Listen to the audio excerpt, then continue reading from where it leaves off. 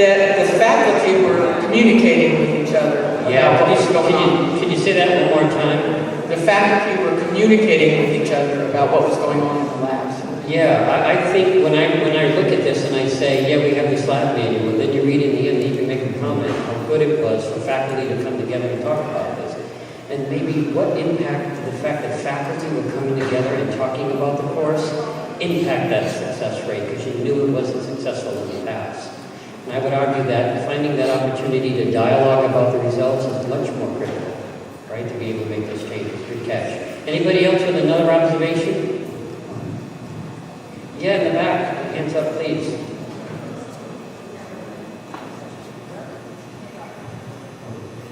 It also mentions here that faculty had increased awareness of teaching skills. So I think anytime that the faculty start dialoguing about a course, it automatically makes you try to up your game with teaching, especially if you're told that your outcomes aren't what you expect them to be. So just the fact that they spoke and had increased awareness of teaching skills probably forced somebody to look at what I'm doing personally as an instructor. Okay.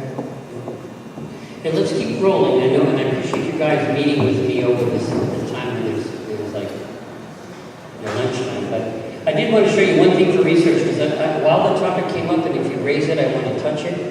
There is, the Chancellor's Office is having more and more tools for faculty and others to be able to reach.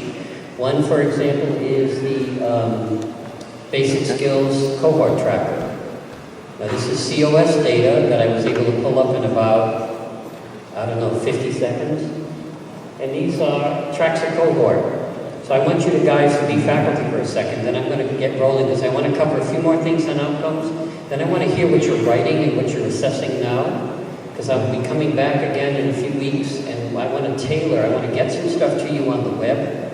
I also want to be able to make some other mini videos on questions that you have about assessment methods that you're using, things that you can access. And then I also want to make our conversation next time much more directed. This is sort of general, but as I learn more about you, I want to make the conversation between now and October better.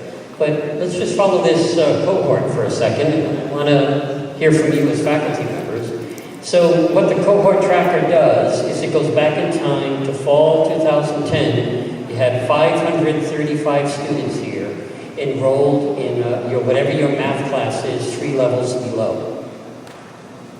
And then it follows them. This information, this data is catchable. You have 640 attempts, so those people are coming back and doing retakes. But who were successful at the end of that course? 306 out of the 535, 3 levels below. Of that 306, 261 made it to 2 levels below. 339 attempts, so what's starting to happen? Really loud. Here you had 535 and it was 640. These attempts mean people coming back and enrolling again. What you're having is 261 to 339. People are taking the class over again, of which only 159 were successful. So from this original cohort that started with 535 students, 159 were successful in the 2 levels below. How many made it to the 1 level below? 133. How many were successful? 73 of the original 535 were successful. Now getting into the transferable math, you got 16 folks getting there, of which 11 were successful. And as faculty members, we need to have the conversation that we started at 535 in the fall of 2010, and 11 made it successful. So I want to hear from you as faculty members, talk amongst yourselves. What are the factors that are happening over these years as students try to get to successful? You start at 535, and you're winding up, moving across and reducing down to 11. Why don't you talk amongst yourselves for a second of the factors that are happening to those students and how you as faculty can interact with the data.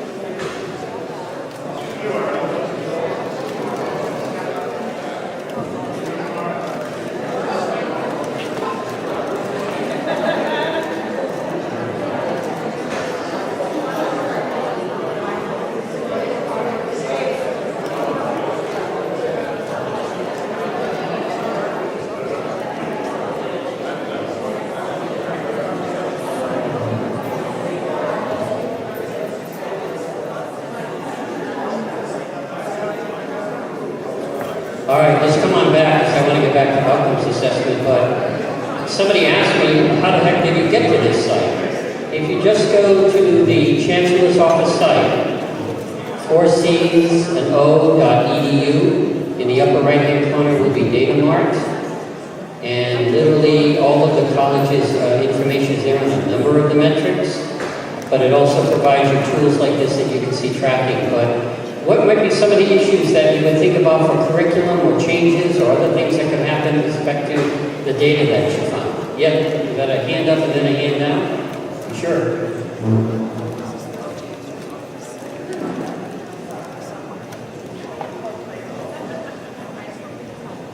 Well, we were wondering how many of those 535 students actually had a goal of transfer. That's really important because we know not all students at CLS have a goal of transferring. So we didn't really think it was fair to, jump to the 11 and use that as an index of how. Tease out from that 535. Yeah, because not all 535 have a goal of transferring. So then I wanted to know, well, what is the goal for non-transfer students? To reach the 2 levels below? Or to reach the 1 level below? I don't know. I have no idea what the goal is we're trying to reach here. Yeah, and the key is just inquiry at this stage, things that you would like to ask about. I guess my goal in this exercise is this kind of information is available to you and is available to you for free. And there are other tools that are out there from the Chancellor's Office to engage in when you start thinking about these kinds of issues. Anybody? One more before we go back to outcomes? All right.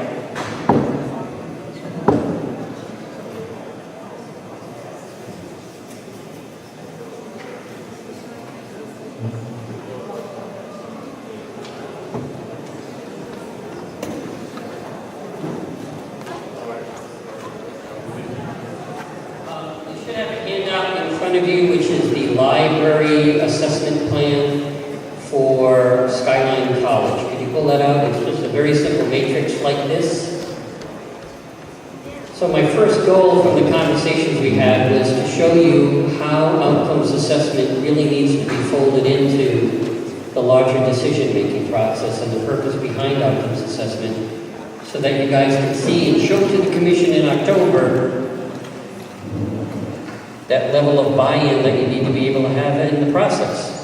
But the other thing I thought was missing, and TrackDAT will have a lot of support for you, is coming up with an assessment plan.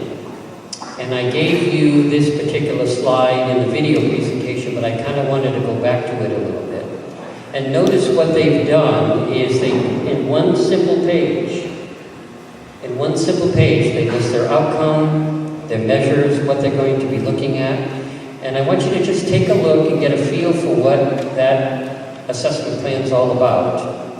And think about what the strengths and weaknesses are, because one of the things that you're going to need to demonstrate to the commission is that your outcomes assessment is not just in an annual cycle that you're doing this analysis, but that you have a plan that's associated with your strategic plan.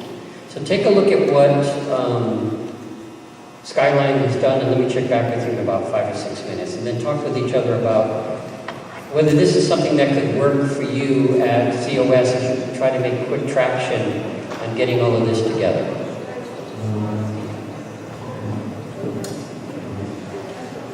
That's going to house all of this information for you, and a place for you guys to have conversations and ask me questions, and then I'll supply more resources for you. But there's those 5 reasons that we've kind of talked about already. One other thing, I guess I want to dive into outcomes assessment a little bit more. Probably the most common analysis or question that I get is, well, I already give grades. Why do I have to assess? I already give grades. That's really what I do, and I give the grades, and they get them and students leave. And the problem is that grades tend to measure things that are outside of whether or not they're learning. Dropping the final test, extra credit, other kinds of activity, class participation that may not be affiliated with learning. And what outcomes assessment tries to do is the same analysis that you're doing. It's not something over and above what you're doing. It just changes the focus. And here, up and down, you see various of the Three Stooges and even one of the Marx Brothers and a guy named Dave comes up and down, and I tried to just pick something silly for you to understand so that you can get the components. But they're their respective grades that go up and down, A, B, C, D, and they get their individual grades. So analysis such as grades, that kind of outcomes approach, changes that perspective. It's not necessarily on the individuals, but on the across. What outcomes assessment does not look at the individual scores and the individual grades, but rather the components of that grade. So in this hypothetical example that's easy for everybody to kind of grasp, what's the area that obviously the class as a whole is struggling with? Yeah, so when you think about your course and the components of that course, you would then analyze what part of this course are students struggling with. And that becomes the area of analysis study, which is overall we're finding that students are not able to get the scores on the lab manuals. They're not able to be able to get that information. So the focus of outcomes assessment is horizontal on this chart, not up and down. Trying to get the particular concepts that students need to learn, and looking as a group, how are they able to do and what are we going to change, not the individuals themselves. So that kind of common question of somebody saying, I already give grades, yes you do, and it measures individual performance in the class, part of which is learning, but it may not be totally. So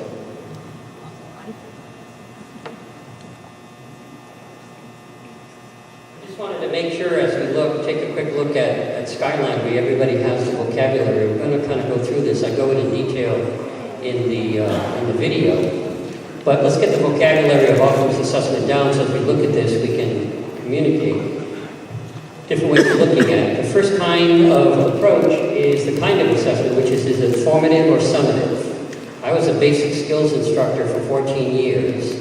And most of the assessments that I did were formative in the sense that I was providing assessments that gave immediate feedback to students so I could get them to the target of going from pre-collegiate to collegiate. I did do a summative evaluation at the end to see whether they were ready to be able to move up to college level. But the primary focus I had was I had those students with me. They were exposed to algebra before, maybe twice. And they still haven't got it. They're 27 years old and I'm still reducing fractions with them. So most of the assessment I did with them was formative. Where are you? What did you learn? You know fractions, but you don't know the decimals. You know decimals, but you don't know percents. You see what I'm doing? I'm trying to get that analysis so that I can build them all up and individualize the instruction as much as I can. Summative is, are they able to do it when they leave me? It's overall exit.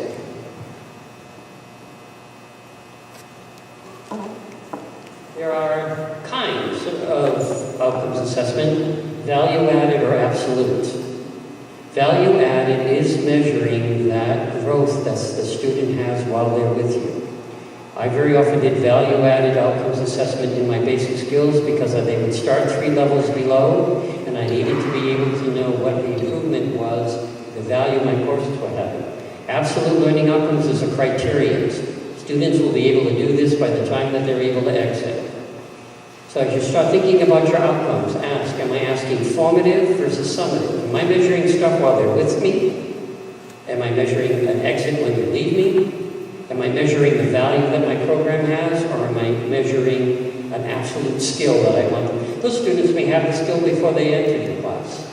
The key isn't whether there's value added, the key is that the student's able to demonstrate it.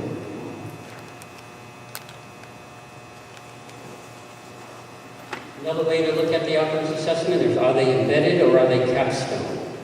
Embedded assessments are things that you're doing that are already part of your class assignments. I'm pulling an essay question. I'm doing something. I'm doing a CAT. I'm doing a classroom assessment technique. Put your books away, 20 minutes. Tell me what you know about Abraham Lincoln. And I'm going to take that information and do it. That's the kind of things I would do as a basic skill instructor. Put your books away, 20 minutes ago. Okay, you get 5 points for it. And then I would take those reports. I could score them anonymously. I just wanted to see, were they getting the concepts that I was teaching? God, that's the 4th one that didn't get the concept of prime factor. I go back and I reteach. I'm using formative assessment again in my analysis in embedded assignments. Capstone and what that's really starting to become the gold standard. If you go to community colleges like LaGuardia Community College in New York, they're establishing e-portfolios for students. Those students are then able to know their outcomes for their courses and their programs, and they plot their evidence inside this e-portfolio. And faculty can go back and look at that information and make determination, look at the growth of the student, look at the change of the student, look at the development of the student. So is there a capstone, an end kind of thing that you're evaluating this? Very common in CTE to have capstone experiences, right, as opposed to something embedded.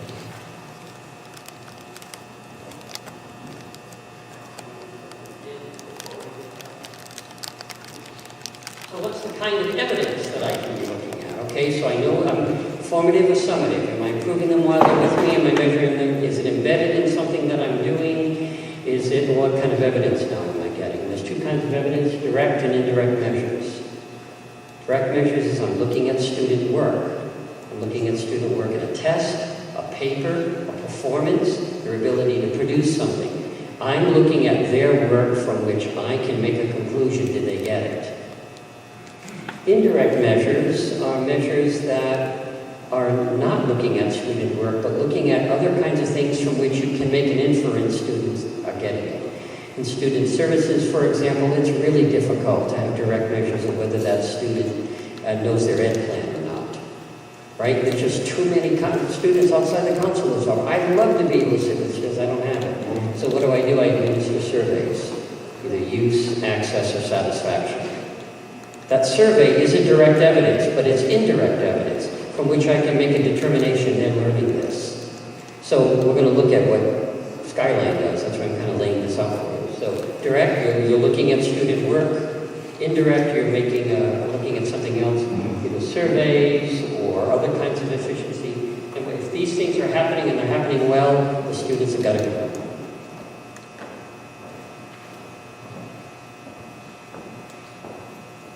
You hear qualitative and quantitative, and I guess I want you to have the idea that whenever you want to explain, describe, or predict, you use quantitative data.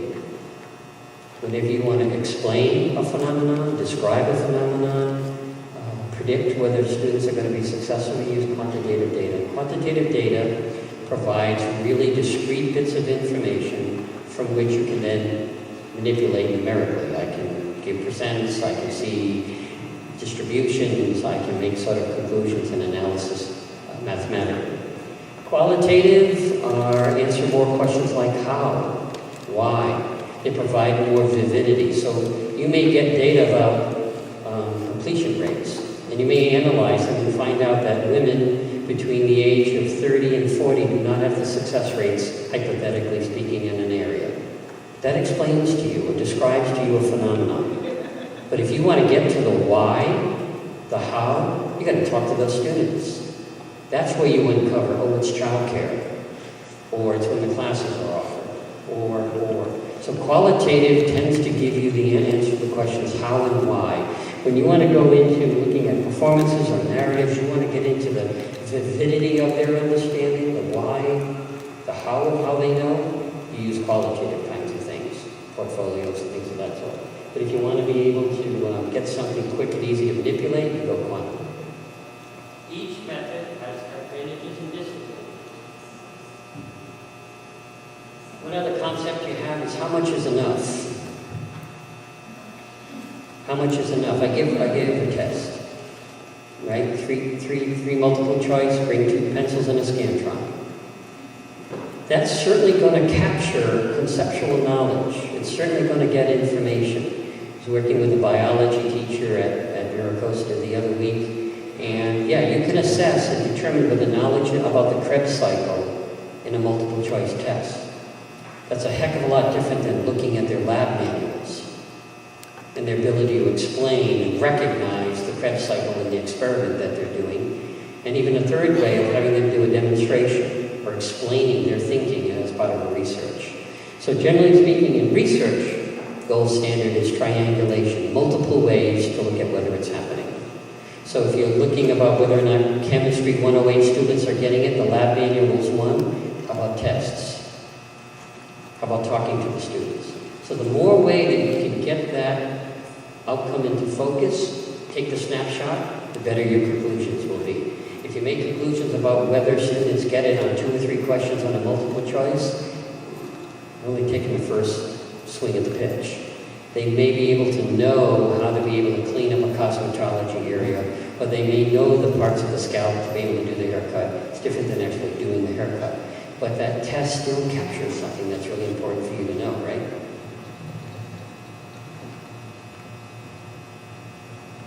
Last area, and then we'll take a looking at Skyline, and that is, what kind of assessment are you doing?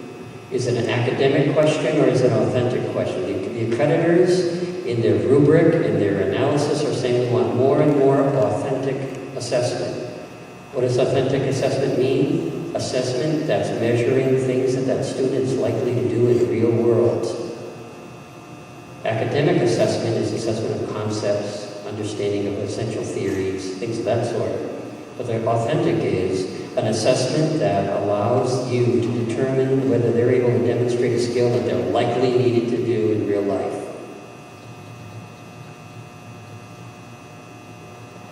If you watch the video, I kind of lay this out a little bit more, so here's what I want you to do. Take a look at the assessment plan that I just gave you from Skyline and try to capture as much of the vocabulary that I just gave you. How much of it did you find any formative assessment, summative assessment? Do you find qualitative and quantitative? Do you see direct evidence and indirect evidence? Do you see a embedded or capstone? And I'm going to talk about how can we capture this good critical information when you write your outcomes, you select your assessment methods that can be reported in a way that people can see that you're using these good techniques. So take a look at the assessment plan there by Skyline, should be at your desk. Talk amongst each other, and what can you find out about the vocabulary that you learned with what Skyline's doing. And I'll check back with you in about 10 minutes.